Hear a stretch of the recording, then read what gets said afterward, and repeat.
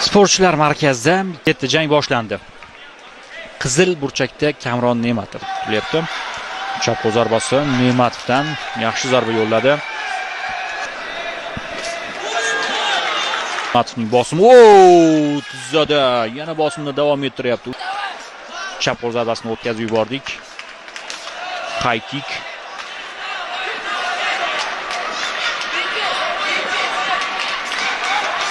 Yana tuzza zarbasi. Kamron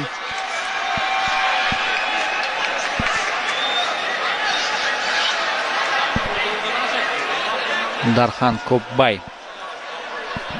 burchakda hisob ochdi. Chun bu ajoyib.